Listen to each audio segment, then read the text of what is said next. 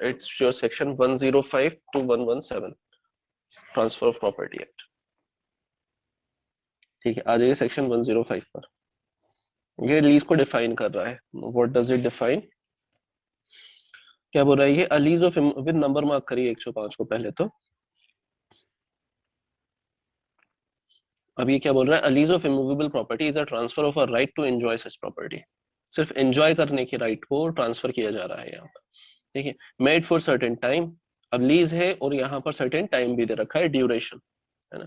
Express और implied, express भी हो सकता है ये टाइम ड्यूरेशन, और इम्प्लाइड भी हो सकता है। और अगर टाइम ड्यूरेशन नहीं है तो परपेचुइटी में हो सकता है, और इन परपेचुइटी। ठीक है, in consideration of a price paid और प्रोमिस्ड और of money, a share of crops, service और any other thing of value. ठीक है, इन सब चीजों के लिए हो सकता है ये एक्सचेंज में कंसिडरेशन, इन चारों पांचों चीजों में से कुछ भी हो सकती है। टू बी रेंडर्ड periodically और on specified occasions to the transferor by the transferee who accepts the transfer on such terms. ठीक है, ब्रेक करते हुए करेंगे। पहले तो लिख लो सेलमेंट क्या बोलते हैं लीज के बारे में। Lease is a separation of position from ownership. सेलमेंट बोल रहे हैं ये कि lease is a separation of position from ownership. ठीक है, कम ऑन बोर्ड, यही इसेंशियल एलिमेंट्स हैं और यही ब्रेकिंग ऑफ द सेक्शन है, तो ये लिखते हुए चलना। ठीक, नंबर 1 है ये transfer of right to enjoy immovable property. ठीक है, ट्रांसफर है तो दो पार्टीज होंगी, लेसर होगा एक और एंड लेसी होगा एक। ठीक है, राइट टू एंजॉय क्या है? सिर्फ यही चीज है जो ट्रांसफर हो रही है, only this thing is being transferred. और अगर सिर्फ यही ट्रांसफर किया जा रहा है, एंजॉय करने का ही राइट ट्रांसफर किया जा रहा है, तो डेफिनेटली वहां ड्यूरेशन तो होगी ही होगी, है ना। और सब्जेक्ट मैटर क्या है? ये है सब्जेक्ट मैटर। ठीक है, subject matter is always immovable property with respect to lease. Movable property के लिए बेलमेंट होता है। ठीक है, इमूवेबल के लिए लीज होती है। ठीक है, दूसरा क्या बोल रहा है आगे ये? Made for certain time. ठीक है, जो ड्यूरेशन है यही दूसरा आपका एलिमेंट है। दैट जो भी ट्रांसफर है, the transfer must B for certain time. Certain time is your duration. ठीक है, और इन परपेचुइटी, परपेचुइटी के अंदर पर्पज आ जाता है, और इन सेकंड में ही आएगा ये परपेचुइटी। ड्यूरेशन नहीं दी तो पर्पज मिल जाएगा हमें, जो भी है पर्पज ऑफ एंजॉयमेंट, जैसे कि एग्रीकल्चर के लिए दिया है। ठीक है, या फिर कोई भी स्पेसिफिक एंजॉयमेंट है ना, वॉट एवर इट इज, तो उसी से डिटर्मिनेशन भी पता पड़ जाता है। आगे समझेंगे कैसे पता पड़ता है। ठीक है, थर्ड वन इज जो ट्रांसफर है, that transfer must B for consideration. ऐसे फ्री ऑफ कॉस्ट ट्रांसफर नहीं होगा, transfer must B for consideration. Consideration में आ जाएगा आपका premium, rent, share of crops. ठीक है, सर्विस भी आ जाता है इसमें, और अदर थिंग्स ऑफ वैल्यू। और ये जो ट्रांसफर है, coming to next page, this transfer must be a bilateral transaction. This transfer must be a bilateral transaction, मतलब कि जो दोनों पार्टीज हैं बोथ पार्टिसिपेट। ठीक है, लेसी जो है वो एक्सेप्ट करेगा, बिना उसके एक्सेप्टेंस के लीज नहीं बनेगी, है ना। जो भी ले रहा है वो ऑब्वियसली एक्सेप्ट करेगा, रेंट उसे पे करना है, प्रीमियम उसे पे करना है, और जो लेसर है वो भी फ्री ऑफ कॉस्ट क्यों देगा, या फिर विदाउट उसके इंटेंशन की कैसे बनेगा? तो lessor lessee, lessee must accept और लेसर मस्ट कंसेंट। ठीक है, और इसमें लिख लो accept the terms of transfer. Lessee must accept the terms of transfer. ये ऑब्वियसली डायरेक्टली सेक्शन ही है, बट यही सारी चीजें बोली गई हैं इस केस में। इसको चाहे तो आप वहां पर भी लिख लेना ऊपर, Arvind Kumar versus government of India. ये है आपका 2007 सुप्रीम कोर्ट। ठीक है, ये चार ही मेन एलिमेंट्स है लीज के, और इससे ज्यादा लीज के अंदर कुछ नहीं है। ठीक है, वो जो भी है वो हम आगे पढ़ेंगे। ठीक है, this is the case B Arvind Kumar versus government of India. अब देखो, लेसर लेसी हैं मतलब के पार्टीज हैं। I am coming to next page. Parties जो हैं, both of the parties must be competent to contract. हाँ, one more thing here is कि देखो, जहां जहां पर टीपीए में कॉन्ट्रैक्ट इंक्लूडेड है, कॉन्ट्रैक्ट के बारे में बात कर रहे हैं जहां जहां में भी टीपीए में, ठीक है, वहां तो कॉन्ट्रैक्ट एक्ट लगेगा ही लगेगा। ठीक है, जो भी डेफिनेशंस कॉन्ट्रैक्ट एक्ट में दे रखी हैं या फिर जो भी चीजें कॉन्ट्रैक्ट में दे रखी हैं, वो तो आएगा ही आएगा। ठीक है, and apart from that actual में क्या है कि इनमें कोई कॉन्फ्लिक्ट तो है ही नहीं, एक दूसरे को कॉम्प्लीमेंट ही कर रहे हैं। ठीक है, जहां पर कॉन्ट्रैक्ट में कुछ नहीं दिया, वहां टीपीए में कोई ना कोई प्रोविजन मिल जाएगा, जहां टीपीए में नहीं है वहां कॉन्ट्रैक्ट में मिल जाएगा।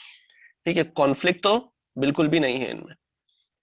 ठीक है, लेकिन फिर भी अगर जहां पर भी आपको लगे कि कोई भी कॉन्फ्लिक्ट है बिटवीन टीपीए एंड कॉन्ट्रैक्ट, कोई भी कॉन्फ्लिक्ट है, कॉन्फ्लिक्ट वाली चीज अगर आ रही है टीपीए एंड कॉन्ट्रैक्ट में, तो वहां पर हमारा कॉन्ट्रैक्ट प्रिवेल करेगा।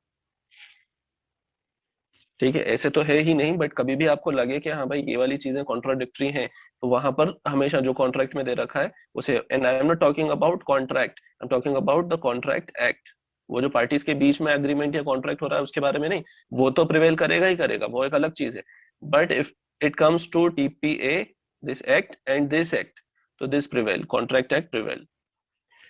ठीक है, तो यहाँ पर पार्टीज कैसी होनी चाहिए? पार्टीज होनी चाहिए कॉम्पिटेंट। ठीक है, वही मेजर प्लस साउंड और प्लस नॉट इंसॉल्वेंट, ये तो कॉन्ट्रैक्ट की रिक्वायरमेंट हो गई, ये तो लगेगी लगेगी। बाकी फिर जहां भी टीपीए में कुछ और रिक्वायरमेंट दी है वो भी फुलफिल करना पड़ेगी। ठीक है, ये है हमारा। ठीक है, ये सेक्शन 7 के अंदर क्लियरली दे रखा हुआ है कि कॉन्ट्रैक्ट और टीपीए के अंदर क्या क्या बात होगी। एक बार सेक्शन 7 देख ही लो। Removing the board, come to section 7. It is persons competent to transfer. सारे ट्रांसफर्स के बारे में बात हो रही है। Every person competent to contract and entitled to transaction transferable property और authorised to dispose of transferable property not his own is competent to transfer such property either wholly or in part and either absolutely or conditionally in the circumstances to the extent and in the manner allowed and prescribed by any law for the time being in force. I've read it for you. इसको देख लेना, as such exam के अंदर पूछा नहीं है but काफी important section है ना, पढ़ लेना इसको। ठीक है, let's get back to 105 only. ठीक है, 105 में अब देखते हैं आगे क्या बात हो रही है। It is a lease of immovable property. ठीक है, सब्जेक्ट मैटर पर आते हैं। It is immovable property, this is your subject matter, immovable property. ये क्या हो सकती है? ये टेंजिबल इमूवेबल प्रॉपर्टी हो सकती है, ठीक है, और ये इंटेंजिबल इमूवेबल प्रॉपर्टी हो सकती है। ठीक है, tangible that can be clearly seen और टच्ड, ये हो जाती है आपकी tangible immovable property, and this can not be seen और टच, है ना। जैसे कि हो गया आपका राइट टू फिशरी, ठीक है, benefits arising out of land. ठीक है, ये दोनों के ही दोनों कवर्ड है टीपीए में। जो लीज है उसमें ये दोनों ही आ जाएंगे। टेंजिबल के बारे में भी बात हो जाएगी कि भी लीज हो सकती है, इंटेंजिबल के भी लीज हो सकती है। ठीक है, जैसे अगर कोई बिल्डिंग दी जा रही है रेंट पर या बिल्डिंग की लीज बनाई जा रही है, तो स्ट्रक्चर तो उसमें आएगा ही आएगा, प्लस अगर फर्नीचर आप दे रहे हो वो भी इंक्लूड हो जाएगा, प्लस फिक्सचर जो भी है उसमें, विंडोज गेट्स वगैरह एक्सेट्रा चीजें, लाइट की फिटिंग, है ना, वो सब फिक्सचर में फॉल कर जाएगा। लैंड वगैरह अगर आप दे रहे हो तो वेल प्लस एनी फिक्सचर जो भी लैंड के अंदर हो ना, प्लस वे टू इट, आने जाने का रास्ता भी तो मिलेगा ना साथ में लैंड के। ठीक है, अब देखो सपोज करो ये जो बिल्डिंग है, this building has been given on lease,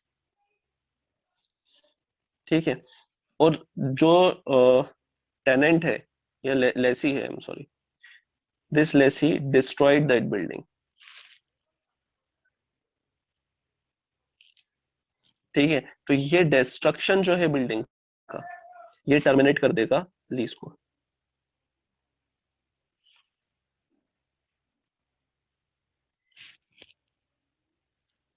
ठीक है, एक्चुअल में क्या होता है, लेसी को तो दिया था घर रहने के लिए, बिल्डिंग दी थी रहने के लिए, उसने डिस्ट्रॉय कर दिया।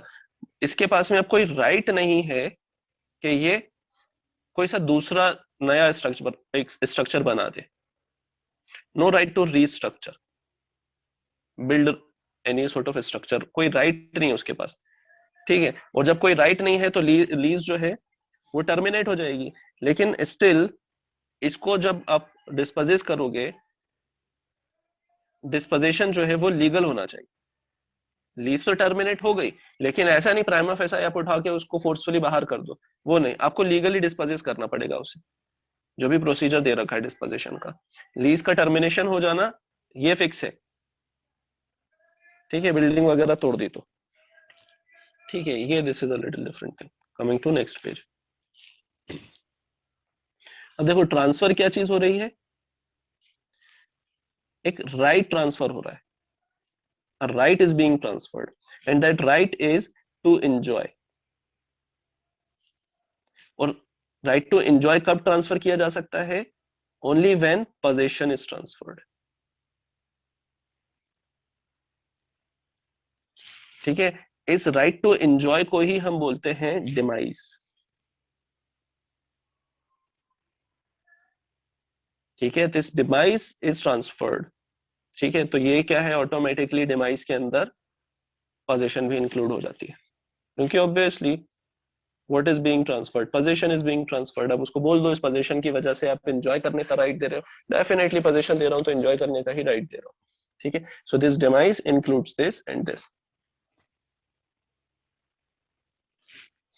ठीक है। लिखो इसके रिस्पेक्ट में थोड़ा सा,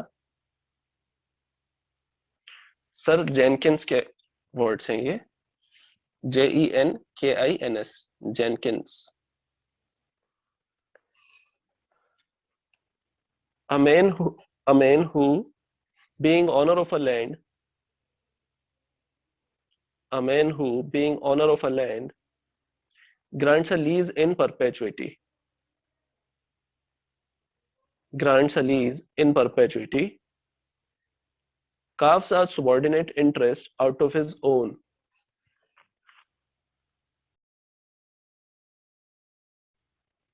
carves a subordinate interest,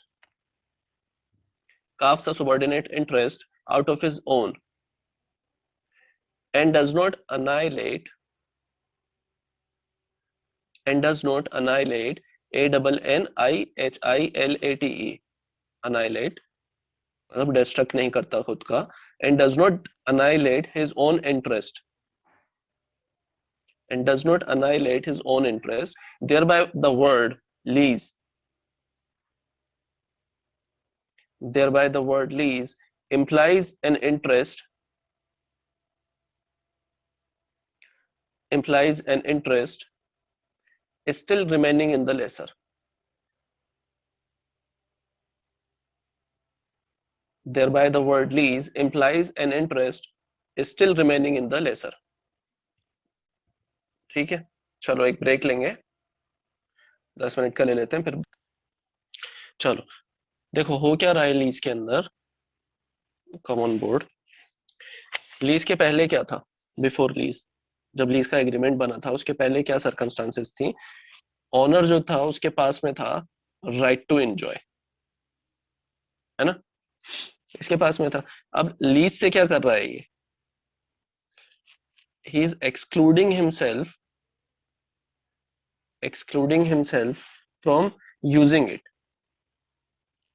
he is excluding himself from using the house या whatever he is giving on lease, ठीक है। और एक बार ये जो लीज है, once it is determined, खत्म हो गई, जब ये it comes to an end or determines, ठीक है, तो ये जो इसका एक्सक्लूजन का बैरियर है, एक्सक्लूड करा था ना उसने, ये बैरियर जो है इट विल बी रिमूव्ड,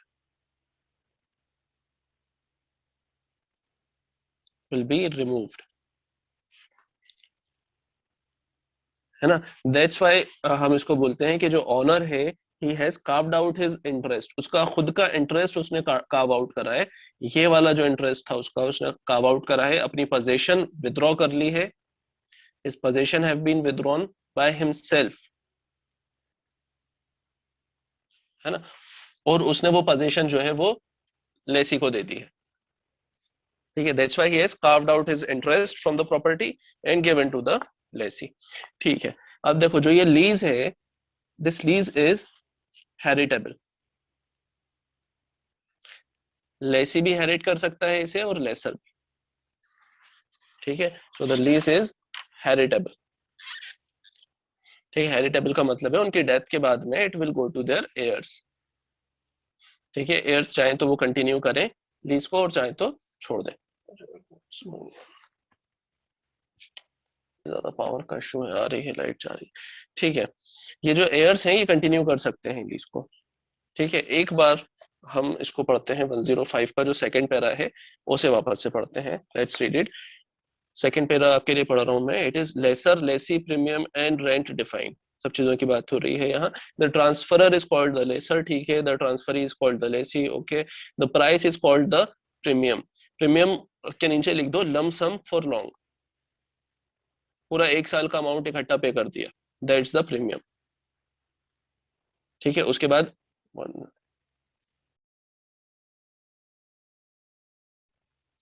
ठीक है, उसके बाद and the money, share, service और other thing to be so rendered is called the rent, ठीक है। वट एवर इट इज, जो भी है प्रीमियम और मनी वगैरह जो भी मंथली पे कर रहे हो या फिर आपने लमसम में पे करा है, वो सबके सबको हम बोलते हैं रेंट, ठीक है। दैट्स ओके, ये वाला तो हो गया। अब हम करेंगे duration of the lease, come to the duration. Duration कितनी रहेगी इसकी? ड्यूरेशन के हिसाब से ये तीन टाइप्स की लीज होती हैं ना। सबसे पहली होती है lease for certain time, certainty है इसमें, टाइम वगैरह सब दिया रहता है इसमें, ठीक है। लीज फॉर सर्टेन टाइम, इसमें ही इंक्लूड होती है लीज फॉर लाइफ, ठीक है। सर्टेन टाइम ही होता है ना, लाइफ एक दिन तो मरना ही, तो डेथ होगी होगी, तो दैट सर्टेनिटी, ठीक है। दूसरी लीज होती है हमारी पेरियोडिक लीज, ठीक है। ये होती है मंथ टू मंथ या फिर ईयर टू ईयर ना। Section 106 also talks about it, 106 also talks about it, ठीक है। पढ़ेंगे इसको बाद में। और तीसरी होती है लीज इन परपेचुइटी, लीज इन परपेचुइटी, ठीक है। एक तो होती है जिसके अंदर पर्पस बता देते हैं, वो पर्पस के साथ में ही बताते हैं कि कितने टाइम की है। 99 ईयर्स की जो लीज है, परपेचुअल लीजेस जो होती हैं वो, या फिर 999 ईयर्स की, ठीक है। परपेचुअल लीज, ये जो लीजेस हैं ये एक्सप्रेस भी हो सकती है और प्रेज्यूम्ड भी की जा सकती है, ठीक है। पर्पस बता दिया, एग्रीकल्चर का पर्पस है, ठीक है। तो ये परपेचुअल लीज हो जाएगी अगर टाइम पीरियड वगैरह कुछ नहीं दे रखा हुआ तो, ठीक है। या फिर इसके ऊपर आप ये पर्टिकुलर जो काम है ये कर सकते हो, दिस सॉर्ट ऑफ बिजनेस, ठीक है। टाइम पीरियड अगर ये बताया कि बहुत ज्यादा टाइम पीरियड है, 99 ईयर्स का है, 20 साल का है, 40 साल का है, 50 साल का है, तो भी परपेचुअल लीज, ठीक है। You will be in position perpetually, ठीक है। Will be doing this one, lease for certain time, कौन से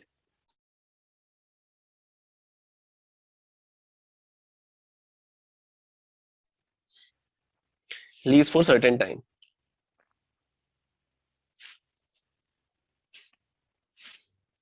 ठीक है। और क्या होती है ये दूसरी, इसमें 106 नहीं, लीज फॉर लाइफ ऑल्सो। तो जब this is lease for life तो this terminates on the death of the lessee, on death of lessee, because it was the lease for life, so it will get terminated on the death, coming to next page, इसमें mentioned रहता है कि on what date it is going to be commenced, commencement की date होती है इसमें, कब से स्टार्ट होगी, ठीक है, खत्म कब होगी वो भी है, या फिर लीज फॉर लाइफ लिख दिया, लेकिन स्टार्ट कब से हो रही है वो जरूर होती है, ठीक है। और अगर नहीं है तो भी that date must be ascertainable, ऐसा नहीं दी है डेट तो that date must be ascertainable, कि तुम जब फरवरी के बाद वापस आ जाओगी तब से तुम्हारा जो लीज है वो स्टार्ट हो जाएगी, दिस सॉर्ट ऑफ एसर्टेनेबल, ठीक है। इसके अंदर जो लेसर है, he has got the lessor reserves the right to evict the tenant, reserve लिखा है, reserves the right to evict the tenant,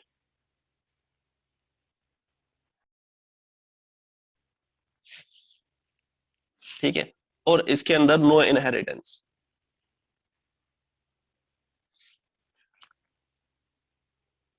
ठीक है, इसमें इनहेरिटेंस नहीं होता, पॉसिबल ही नहीं है इसमें इनहेरिटेंस, ठीक है। बार देख लेते हैं, ठीक है, ये होती है हमारी मंथ टू मंथ और ईयर टू ईयर, ठीक है। This lease is being executed for 1 year, 2 years, 5 years, है ना, बस ऐसा नहीं है कि सिर्फ 5 ईयर्स तक की हो सकती हैं, लेकिन इसके अंदर ऑप्शन होता है रिन्यूएबिलिटी का, कि 5 साल तक के लिए लीज दे रहे हैं, 5 के बाद में रिन्यू कर लेना। तो यूजुअली जो ये वाली लीजेस होती है ना, पीरियोडिक लीजेस, ये 5-6 साल की ही होती हैं, इससे ज्यादा की नहीं होती हैं, उसमें रिन्यूएबिलिटी का ऑप्शन रहता है, ठीक है। परपेचुइटी वाली के अंदर भी ऑप्शन होता है रिन्यूएबिलिटी का, लेकिन जो लॉन्ग टर्म के लिए होती है वो परपेचुअल होती है। 10 साल, ठीक है, 10 साल अगर नहीं भी आए उसको इसमें फॉल करा लो पीरियोडिक में, लेकिन 10 से ऊपर तो परपेचुअल टाइम ही हो गया ना, 15 साल, 20 साल, जितनी ऊपर तक 1000 साल तक की, 999 साल तक की लीजेस, वो परपेचुअल लीजेस होती है, ठीक है। अब देखो ये जो पीरियोडिक लीज है इसके अंदर अगर टाइम फिक्स करा है, टाइम इज फिक्स्ड, तो वेल एंड गुड, लेकिन अगर इसमें टाइम फिक्स नहीं करा तो फिर section 106 will fix the time, ठीक है। तो 106 हम रीड करते हैं एक बार, come to 106, removing the board, हाँ ठीक है, ये रिन्यूएबल भी होती हैं और नॉन रिन्यूएबल भी होती हैं, है ना, 5 साल के लिए दे रहे हैं, इसके बाद रिन्यूएबल नहीं होगी, सो दैट्स ओके, जो भी इंटरेस्ट है पार्टीज का दैट प्रिवेल्स, ठीक है। कम टू 106, 106 को भी विद नंबर मार्क करिए, it is duration of certain leases in absence of written contract or local usage, ये बात ही उनकी कर रहा है जहां पर एब्सेंस है रिटन कॉन्ट्रैक्ट की उन लीजेस के ऊपर, ठीक है। क्या होगा, in the absence of a contract or local law or usage to the contrary, a lease of immovable property for agricultural or manufacturing purposes, जो ये दोनों पर्पसेस हैं इनकी जो लीज है that shall be deemed to be a lease from year to year, याद रखना इस वाली चीज को, पीटी में पूछते हैं, मार्क भी कर लो। एग्रीकल्चरल और मैन्युफैक्चरिंग पर्पसेस के लिए जो लीज होती है वो ईयर टू ईयर होती है, ठीक है, पूरे साल भर के लिए होगी वो, year to year, terminable on the part of either lessor or lessee bye 6 months notice, 6 महीने का नोटिस देंगे इन दोनों लीजेस में, एग्रीकल्चर और मैन्युफैक्चरिंग में, इसको भी मार्क करो 6 months को, agriculture manufacturing year to year market, और 6 months को भी मार्क करिए। And a lease of immovable property for any other purpose shall be deemed to be a lease from month to month, terminable on the part of either lessor or lessee by 15 days notice, ये भी mark कर लीजिए पूरा। अब देखो ये जो section है ये एग्रीकल्चरल लीज के बारे में भी बात कर रहा है ना, एग्रीकल्चर लीज सेक्शन 106, बट ये जो सेक्शन है ना ये पर से इस पर नहीं लगता, एग्रीकल्चरल लीज के ऊपर पर से इट डज नॉट अप्लाई, इसमें लिख दिया तो इसका मतलब ये नहीं है कि इस पर एग्रीकल्चरल लीज पर भी अप्लाई हो जाएगा, बाकी सब पर तो लगता ही लगता है, बस ये इस पर से नहीं लगता, इस पर भी लग जाता है, पर से नहीं लगता। व्हाई, क्योंकि इस पर लगने के लिए there must be a notification by the state government is required, ठीक है। ये चीज ये है रिक्वायरमेंट सेक्शन 117 की, 117 क्या बोल रहा है? Exemption of लीजेस for agricultural purposes. None of the provisions of this chapter apply to leases for agricultural purposes, except insofar as the state government may, by notification published in the official gazette, declare all or any of such provisions to be so applicable in the case of all or any of such leases together with or subject. ठीक है, सीधी सीधी यही बात कर रहा है कि agricultural lease के ऊपर जो 11106 है, सेक्शन 106, ये डायरेक्टली अप्लाई नहीं होगा अगर उस स्टेट के अंदर कोई नोटिफिकेशन नहीं है इसको लगने का. ठीक है, तो डायरेक्टली नहीं लगेगा वो. बस इतनी सी बात है 117 के अंदर. नंबर मार्क कर लो बस, उसे डायरेक्टली नंबर पूछते हैं उसका पीटी के अंदर कुछ स्टेट्स में. Now let's get back to section 106. Coming to next page. देखो एक कॉन्ट्रैक्ट हुआ, उस कॉन्ट्रैक्ट के अंदर जो है सपोज करो कि जो अ टाइम इज फिक्स्ड. ठीक है, टाइम का फिक्सचर है उस कॉन्ट्रैक्ट के अंदर कि इस पर्टिकुलर टाइम के लिए ये लीज दी जा रही है. ठीक है, अगर ऐसा कुछ है उस कॉन्ट्रैक्ट के अंदर तो कोई नोटिस वोटिस की रिक्वायरमेंट नहीं है. No notice is required. ठीक है, क्यों नहीं लगेगा नोटिस? क्योंकि 106 अप्लाई ही नहीं होगा इसके ऊपर. जहां पर टाइम नहीं दिया हुआ वहीं पर 106 लगता है. अगर किसी कॉन्ट्रैक्ट में लीज के रिस्पेक्ट में टाइम दे दिया तो 106 टाइम ऑफ एसआई अप्लाई ही नहीं होगा.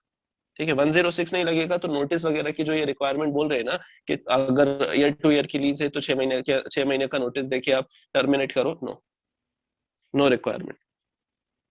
ठीक है, बट अगर कोई टाइम फिक्स नहीं है, this thing is not fixed, तब 106 लगेगा. और जब 106 लग गया एंड दैट लीज डेफिनेटली अगर वो एग्रीकल्चर पर्पस के लिए है या फिर मैन्युफैक्चरिंग पर्पसेस के लिए है तो वो ईयर टू ईयर है, तो फिर 6 महीने का नोटिस देना मस्ट है.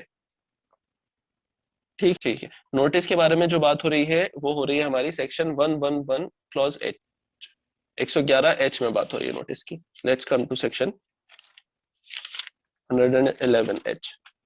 111 को भी विथ नंबर मार्क करो, आई कैन डू एनीथिंग. और H को भी विथ नंबर मार्क करो. 111H विथ नंबर पूछा जाता है. It is determination of lease. A lease of immovable property determines on the expiration of a notice to determine the lease or to quit or of intention to quit the property leased duly given by one party to the other. Notice देना पड़ेगा lease को determine करने के लिए. में कुछ इतना खास नहीं है. हम सीधा सीधा आते हैं टेनेंसी एट विल के ऊपर. It is tenancy at will or lease at will, जो भी है वो एट विल है.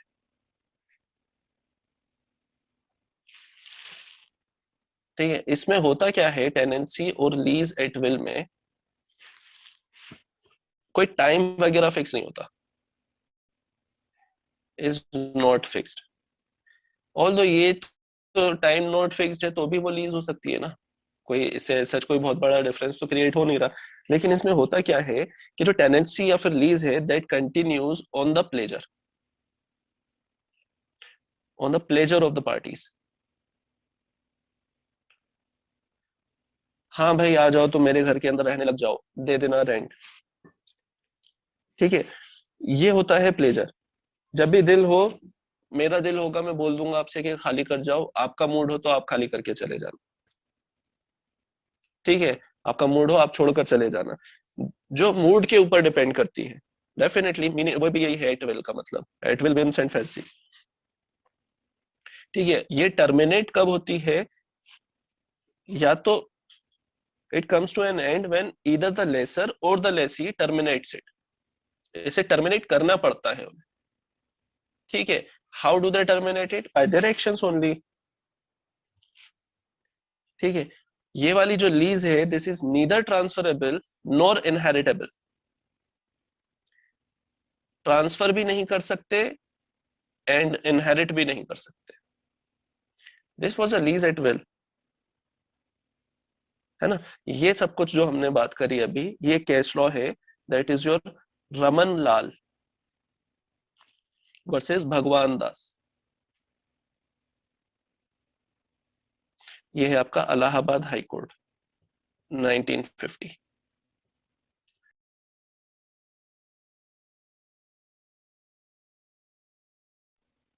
ठीक है, रमन लाल वर्सेस भगवान दास 1950 Allahabad high court.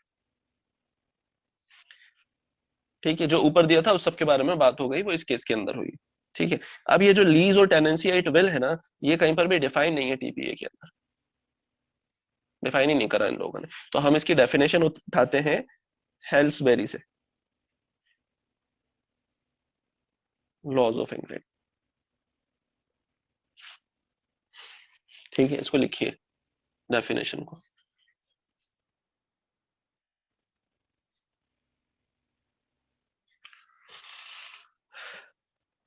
Tenancy at will is a sort of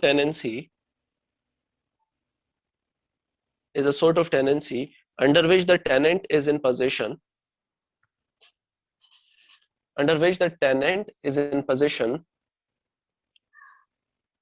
and which is determinable at the will of either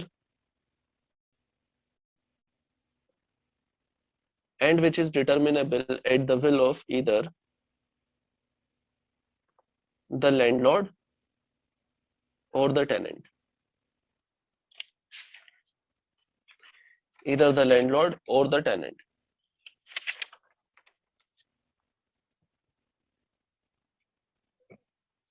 Next para में लिखिए, a tenancy at will is implied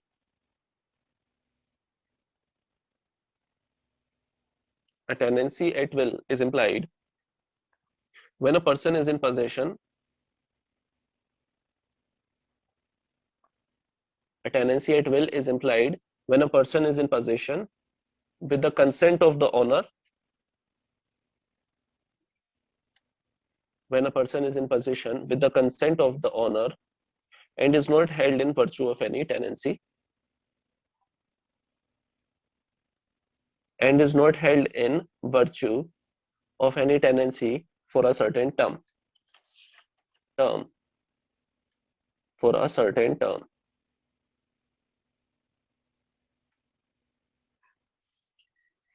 ठीक है, क्लियर है ये वाली टेनेंसी, टेनेंसी एट विल इतनी है। yes, छोटा सा क्वेश्चन आता है, कुछ ज्यादा नहीं आता इसमें, है ना, बट आता जरूर है। तो you have the material right now. दूसरी है टेनेंसी एट सफरेंस। ठीक है, और इसी को हम बोलते हैं, और करके लिख लो, it is tenancy by holding over.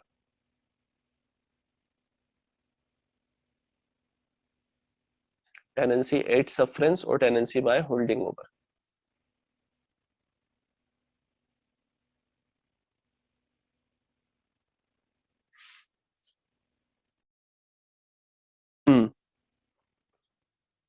लिखो इसके रिस्पेक्ट में भी, where the tenant continues to remain in possession,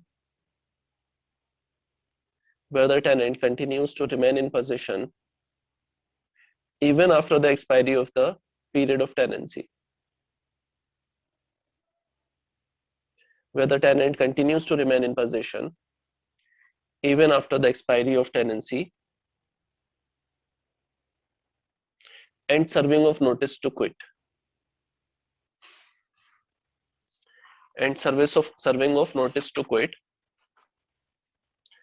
That tenant is not treated as a trespasser. The tenant is not treated as a trespasser, but he is treated as a tenant at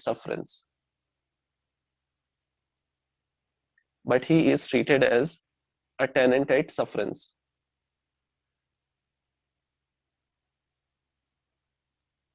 Who continues the possession as holding over.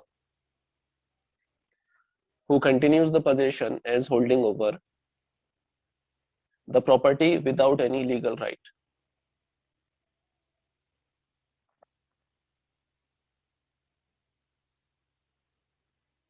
Who continues the possession as holding over the property without any legal right. ठीक है, tenancy terminate हो गई है, फिर भी घर छोड़कर नहीं जा रहे, तो दैट इज नॉट अ ट्रेसपासर। ट्रेसपासर तभी होता है जब उसकी जो एंट्री है वो इलीगल होती है। अगर एंट्री लीगल है उसकी और वो कंटिन्यू कर रहा है उसी एंट्री को, तो फिर वो कभी ट्रेसपासर नहीं होगा। ठीक है, एक्सेप्शंस हैं इसके एक दो, लेकिन ये जनरल रूल है कि एंट्री यूजुअली जो है वो लीगल होती है ना। ट्रेसपासर की एंट्री इलीगल होगी बट यहाँ पर इसकी एंट्री जो है टेनेंट एट सफरेंस की, इसकी एंट्री लीगल है, दैट्स व्हाई वो ट्रेसपासर नहीं है। ठीक है, दैट्स इट। इसको इलेबोरेट करने की जरूरत है क्या? इतना ही है, ये टेनेंसी एट सफरेंस और टेनेंसी बाय होल्डिंग ओवर, इतना ही है बस। ये क्या होता है, इसमें टेनेंसी ओवर हो गई है, टेनेंसी अभी ओवर हो गई, सपोज करो उसमें कोई टाइम पीरियड फिक्स नहीं था, तो नोटिस देने की जरूरत है उसको रिमूव कराने के लिए। जिस दिन नोटिस एक्सपायर होगा उस दिन से वो टेनेंसी एट होल्डिंग ओवर हो जाएगी, या फिर टेनेंट बाय होल्डिंग ओवर हो जाएगा जिस दिन वो नोटिस का पीरियड एक्सपायर होगा, क्योंकि उसे 6 महीने का नोटिस देना पड़ेगा ना। अब ये जो 6 महीने का टाइम पीरियड है नोटिस का, इस 6 महीने का भी उसे रेंट देना ही पड़ेगा। जनरल है, कुछ वो खास नहीं है। या फिर अगर ये मंथ टू मंथ टेनेंसी थी और 15 दिन का नोटिस है तो वो 15 दिन का रेंट देगा। या फिर ये 15 दिन का नोटिस, आप उसका जो लास्ट टाइम पीरियड है 11 महीने के बाद का है, सपोज करो 12 महीने की लीज थी 1 साल की, और आपने 11 महीना ओवर ओवर होते ही 15 दिन बाद, 11 महीने के 15 दिन के बाद में उसको नोटिस भेज दिया, ठीक है, तो दैट्स ओके, है ना। बट अगर उसके बाद का दिया है तो वो 15 दिन का भी रेंट देगा। ठीक है, that's it and nothing else. Determination of lease पर आ जाते हैं।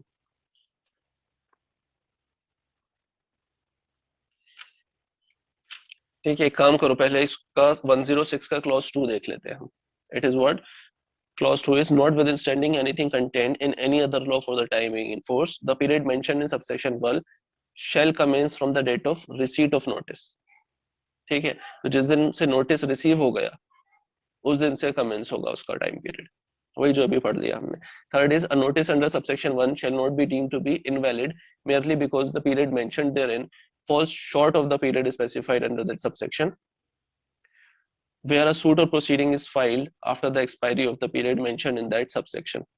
कुछ भी नहीं बोल रहा है ये, बस खाली ये इतनी बात कर रहा है कि that subsection shall not be deemed to be invalid